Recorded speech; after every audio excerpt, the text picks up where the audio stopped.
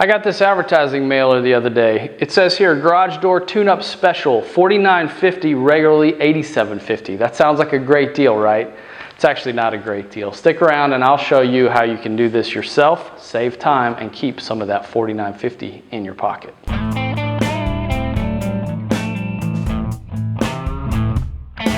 I'm Chris with ToolboxDIY. Today I'm going to show you how to do routine maintenance on your garage door to extend its operational lifetime and to save you money on those discounted tune-ups.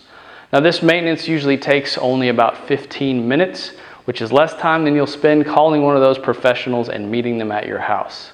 It's quite simple. You're going to need a wrench or a socket, a lubricant such as this Pro 44, and you're also going to need some scrap cardboard. So let's get started. Now we have two primary objectives when we perform this kind of work. The first is to lubricate all the moving parts, and the second objective is to make sure that all parts are functioning as they should be.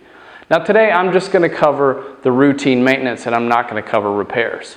But I do want to give a shout out to our sponsor, DIYGarageDoorParts.com. They are the place to go for repairs. They've got great how-to videos, excellent product selection, and superb customer service. So I highly encourage you to check them out when you're done here today. I have a link up here to their website. If you don't see it up here, then check in the description down below. Let's first start by releasing the garage from the opener.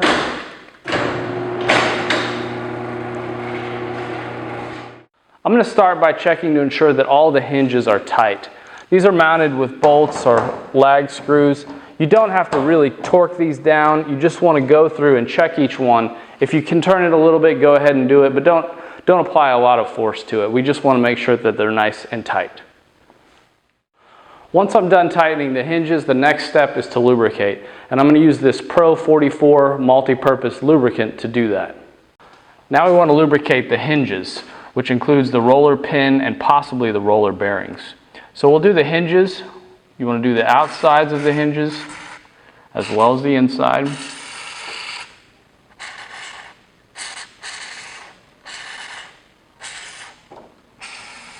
You want to do the roller pins on both sides, and it helps to kind of spin that roller to get that lubricated. Now let's talk about the roller bearings. Now, more than likely you have a roller that looks like this. It's a nylon roller. It actually doesn't even have a bearing. It just spins on the pin. Now you can go ahead and lubricate in there so that moves more freely.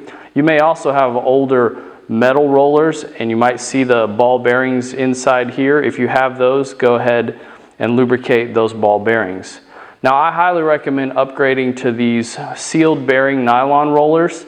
They're extremely easy to change, they'll last longer, and they're much smoother and quieter.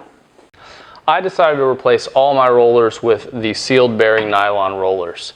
But rather than me showing you how to do it, I'd like you to check out Kyle Hogg's video. He does an excellent job covering every step of this process. I'll link to that video in the description down below. Now you'll notice the lubricant's building up here. At the very end, I'll open and close the garage door a few times to get the lubrication spread out, and then I'll wipe off the excess. Now we're going to lubricate the springs. There's a bearing on the inside of this bracket here. You want to make sure to get that. That's very important.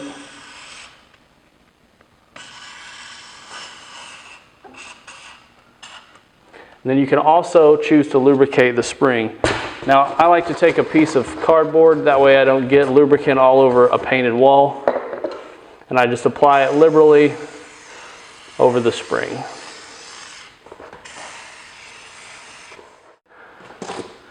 After we're done with the springs, now we're going to hit the pulleys on each end of this bar. For the pulleys, we want to go ahead and apply lubricant around the pulley where the cable is going to go. If you want, you can also take a rag, put some lubricant on there, and lubricate this tension wire. It's not critical, it just reduces friction and in theory will extend the life of this cable. More importantly, there's a bearing on the end here. You can't see it, and unfortunately I can't get the camera around there, but there is a bearing. We want to make sure we lubricate that.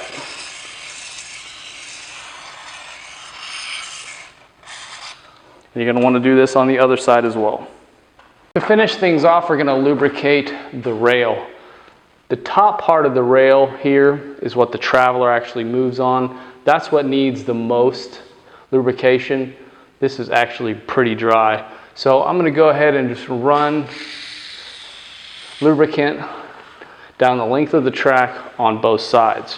Now when it comes to the chain or the belt, these typically come lubricated from the factory and probably shouldn't need to be lubricated, but if yours is bone dry, then I would recommend checking out the manufacturer's instructions to see what they recommend for lubricating that. Now that we have everything lubricated, we want to open and close the door to get that lubrication spread throughout all of the moving parts. This is also a good time to check your door balance. So we're going to lift it up halfway and all the way to make sure that the door stays. Now if your door doesn't stay in this position, it likely means you'll need to adjust your springs. Now this is a job that you can do yourself, but it can be a little bit dangerous, so be sure to do your research or hire a professional for this part. And while the door's up, that's also a good time to check this seal to make sure it doesn't have any rips or tears. You might want to replace it. If it does, very easy to replace. Now if you decide you want to adjust your springs yourself, you are going to need a set of winding bars to do that. I highly recommend checking out Kyle Hogg's video from DIYGarageDoorParts.com. I'll reference it in the description down below. He tells you everything you need to know to do this safely. Well, that's all there is to garage door maintenance. Do this once a year, preferably twice a year, to make sure that your door is in good operating order and it will last a very long time. Please be sure to check out our sponsor at DIY-garage-door-parts.com. They have all the materials and information you need to maintain your garage door. I'm Chris with Toolbox DIY. Thanks for watching.